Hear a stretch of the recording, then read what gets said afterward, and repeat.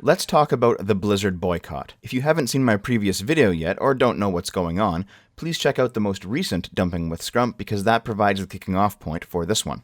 Blizzard released the blog post titled Regarding Last Weekend's Hearthstone Grandmasters Tournament on Friday, October 11th at around 5:30 p.m. at Blizzard's local time over on the West Coast. This was after the offices had closed up for the week at Blizzard, and I personally think they released it at this time specifically so that the fallout would occur over the weekend when everyone was conceivably away from their desks, and they probably just planned to brush it all under the rug by Monday morning. My pal Jeremy over at The Quartering was doing an interview of Mark Kern, an original World of Warcraft developer, when this statement dropped. I'll leave a link in the description to that interview if you want to watch it, but Kern stated that back when he worked for Blizzard, if there was ever any really bad news that would not be received well and they knew it, they dropped it after hours on a Friday night, exactly as they've done here. It's a long statement, I'm not going to read it here, but I want to draw your attention to a few things. One is the length itself. The common consensus in the community is that it's this unnecessarily long so that your average reader will simply scroll down to the last page and gloss over the ending, in order to see this passage. When we think about the suspension, 6 months for Blitzchung is more appropriate, after which time he can compete in the Hearthstone Pro Circuit again if he so chooses. And this is how Blizzard sees the issue, like it's a negotiation with another faction, their players, over what is an appropriate punishment for one of their esports competitors for bringing a political stance onto their platform. Viewing it like a negotiation, Blizzard's response is to, well, negotiate. They'll give Blitzchung's $10,000 back, cut his suspension in half, cut the suspension of the broadcasters down to 6 months as well. Here guys, we'll give a little, you give a little. Stop boycotting us, okay? But let's take another look at the original footage that started everything.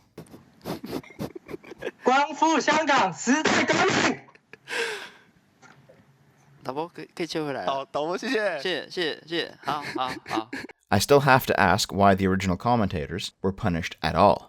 They weren't involved in Blitzchung's decision. They saw the gas mask, figured out what was coming, and hid their heads in embarrassment. In Blizzard's statement, they say casters help the esports viewing experience stay focused on the tournament and our amazing players. And remember that their purpose is to keep the event focused on the tournament. That didn't happen here, and we are setting their suspension to 6 months as well. Well, how could they have stopped Blitzchung? Do they look like they were in any position to do so on the fly? These guys shouldn't be punished at all. But like I said, the statement's long, and its length hides this section tucked away between the middle third's diatribes. The specific views expressed by Blitzchung were not a factor in the decision we made. I want to be clear. Our relationships in China had no influence in our decision. We have these rules to keep the focus on the game and on the tournament to the benefit of a global audience, and that was the only consideration in the actions we took. And to this, I say BS. Absolute BS. And we know this, Blizzard, because when those Western Hearthstone pros held up the Free Hong Kong Boycott Blizzard sign during one of the Western tournaments, you refused to punish them, and in fact invited them back to the next round of games. If this had been the opposing viewpoint delivered in the same divisive and deliberate way, we would have felt and acted the same. Why did the official Hearthstone account on Weibo send out a clear message of, we will respect the honor of China, if you're supposed to be politically neutral, Blizzard? This is why the Blizzard boycott has ramped up rather than faded away, because the lies are just so transparent. Blizzard is pissing on us and calling it rain. It's not just that, though. Allow me to read this Twitter thread by Bluebell. I have been keeping quiet out of fear, but as an English major and Chinese speaker, I feel like I really need to point this out since I don't know how many people will know enough to explain. The Blizzard post seems like it was written by a Chinese, non-native English speaker. Before I go into this, I want to point out that the tone and language is all over the place. Some are more native English phrasings, others seem to be typical Chinese, which makes me think there's some cobbling together here. In Chinese, it's very common to use ellipses and space them out like this. This just doesn't happen in English. Unusually, this starts in the first person and uses casual contractions, like what's happening. Contractions don't exist in Chinese, so using them in formal situations is a common error. On the structuring, in Chinese writing, it's typical to add what an English teacher might call topic sentences at the beginning and end of paragraphs. This isn't conventional and sounds very heavy-handed in English. In the same vein, headers containing incomplete clauses are rhetorical questions before paragraphs are common in Chinese, but clunky in English. Also, why are the Blizzard parts indented? Doesn't it look like it was copy and pasted? This header, okay, makes it obvious that there are two voices here, whoever wrote this and whoever wrote the indented segment. Copy and pasting Blizzard official statements is even weirder. If there is an official Blizzard statement, why are we getting it in this wrapper? We then get to this long section where the grammatical indicators become apparent. Using when we think about instead of thinking, or something else because think isn't really the best word here, it's too personal for a statement, is another Chinese sign. In Chinese, verbs don't take on different conjugations. So using when we think about, which is kind of awkward and unfitting in English, instead of looking back on or considering our, is a red flag. In the same vein, why with regard to instead of regarding? It's not wrong, just weird. Also, in Chinese, there are no plurals. No dogs or cats, only dog or cat. See, there is a consequence instead of the native English phrasing, there are consequences. So why is the statement like this? If it's not J. Allen Brack, the president of Blizzard, then who is it? Why a non-native English speaker? Why didn't PR edit this? What's going on? I'll add my own knowledge to this discussion, though it's definitely less than Bluebell's.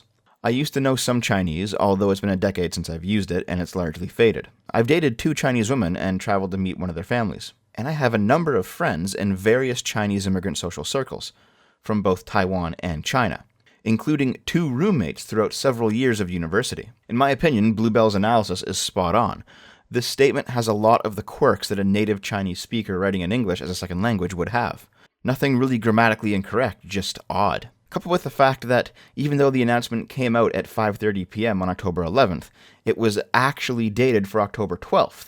And where was it October 12th at that time? Oh, in China.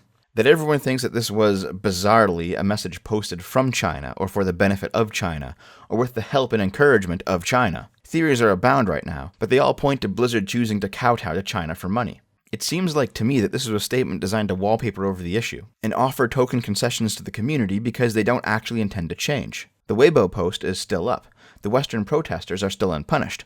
This is Blizzard saying, fine, now take this and shut up. Naturally, the tweet delivering the statement has been ratioed into oblivion. I suspect that the majority of likes are coming from either Blizzard employees attempting to save their job, or radical leftist game journos who side with China because they're ardent believers in communism and that Western gamers were just entitled racists for thinking that Diablo Immortal looked like a flaming pile of garbage. On the plus side, May has actually become an IRL symbol of Hong Kong freedom, with all of that great fan art of her actually appearing in protests now. I do hope this makes Blizzard feel the pinch from their Chinese paymasters, either to censor the game or remove it entirely from the Chinese market. Apparently, the new May figurine was pulled from the Blizzard merch store at around the same time as the first May leaflets were distributed on the ground in Hong Kong. Yeah, they were heavily pushing this thing for months, but where is it? It's gone. Boy, this tweet aged well. And as a quick aside, to those of you considering jumping ship to League of Legends as your new esports game of choice as a form of protest, yeah, don't.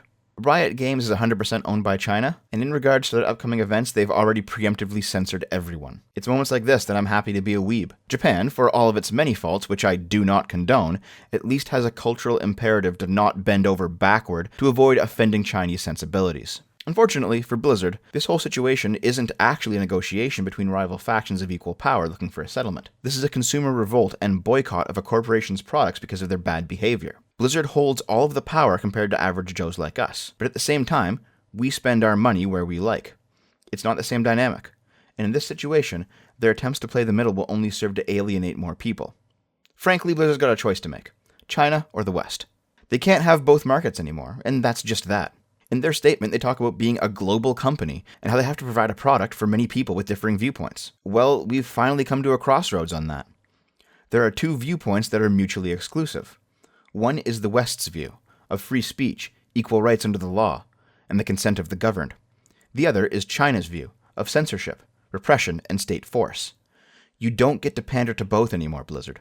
You know that China's attitude on this situation is my way or the highway, so you're instead trying to appeal to our liberal good graces by saying, listen, understand us guys, we're a global company. There's other people with different views, there's diversity. And frankly, we're tired of hearing it. No, Blizz, it's our way or the highway. Your spineless, middle ground fence-sitting means you're with China and not with us. And I want as many people as possible to understand, when Blizzard or Riot Games or the NBA or Apple or anyone sides with China over us, this is what they're siding with. Chinese dissidents are being executed for their organs, hospital worker says. The prisoner was brought in, tied hand and foot, but very much alive. The army doctor in charge sliced him open from chest to belly button and exposed his 2 kidneys. Cut the veins and arteries, he told his shocked intern. The intern did as he was told. Blood spurted everywhere. The kidneys were placed in an organ transplant container. Then the doctor ordered the intern to remove the man's eyeballs. Hearing that, the dying prisoner gave him a look of sheer terror, and the intern froze. "I can't do it," he told the doctor, who then quickly scooped out the man's eyeballs himself. Hong Kong's leader scraps talks with U.S. Senator Ted Cruz because he refused to keep the content of those talks private. "She seems to misunderstand how free speech operates, and also how freedom of the press operates," says Mr. Cruz, a Republican senator from Texas, and a vocal critic of China who was stopping in Hong Kong for 2 days as part of a regional tour. Miss Lam's canceling the meeting is not a sign of strength. It's a sign of weakness. It's a sign of fear of the protesters in the streets of Hong Kong. A 31-year-old man allegedly jumped to his death on October 10th. I've censored the picture as it is extremely graphic. There's no trauma or blood consistent with the fall, but instead there's unusually placed bloodstains on his shirt, and his foot has been completely severed, lying several feet from his body. People on the ground in Hong Kong believe this man was executed by Hong Kong police and left here to cover up his death. AI technology is being used in Hong Kong to face-track protesters for later capture, rape, and staged suicide. A Hong Kong taxi driver was paid 520,000 Hong Kong dollars to plow into protesters by a pro-Beijing advocacy group. The naked corpse of a 15-year-old girl was found floating in the water just off Hong Kong. She was known to be a protester and was arrested by the police on October 1st. The Hong Kong police burned her body before it could be examined. Another arrested protester states that sexual assault of female protesters that are arrested by the Hong Kong police is commonplace. I stated in my previous video that the West's moral cowardice in their dealings with China will go down in history as an equivalent shame, or worse, than Neville Chamberlain's appeasement of Nazi Germany before World War II. I stand by that statement. When we see the old 1930s German ads of American corporations proudly displaying Nazi symbols, like Coca-Cola or Ford or something, we think to ourselves, how could they do business with such obvious evil? And now, with Blizzard and Apple and the NBA, we know for ourselves. I will never buy the products of these companies again. I understand that I'm a small fry, that likely their business in China will continue regardless of anything that I or we do. But if this situation is truly outside of my control, and the only thing I can do about it is keep my own conscience in order, then that's what I'll do. It's better than doing nothing. So the next time Blizzard announces a new Overwatch character to be gay, the next time they have pride sweatbands on during an esports event, the next time they try to rack up social goodwill for Pride Month, or Black History Month, or International Women's Day, or whatever it is, recognize that you are being played. Tracer and Soldier 76 aren't actually gay in the Chinese localization of Overwatch. Blizzard still bans guilds from Warcraft with the word gay in their name. They still removed black characters from Diablo 3 in China. Blizzard, naturally, would reiterate their corporate line of think globally in response to these criticisms. That they're a global company that needs to market to many different people with many different ideas of what's acceptable. Okay, I'll bite. The reason that they use this logic on us is because they think we'll swallow anything in the name of diversity. The Chinese audience is just naturally bigoted against black people or LGBT people. But that's okay, because they're people of color themselves, don't you see? So their bigotry is acceptable because it comes from their culture. So we, as good little cosmopolitan citizens of the world, need to adapt our worldview to their sensibilities. Well, I say no. When you market to the entire world, you end up marketing to the lowest common denominator of the entire world. And we should be aiming to spread freedom, not appease tyrants in the name of cultural sensitivity. For all of the stories Blizzard writes about overthrowing authoritarian regimes and standing up for the downtrodden, you'd think that, by now, they would have learned not to bow down to one of the most repressive governments in human history. Well, Blizzard, our cultural sensibilities, the cultural sensibilities of the West, require that you no longer be a party to state oppression.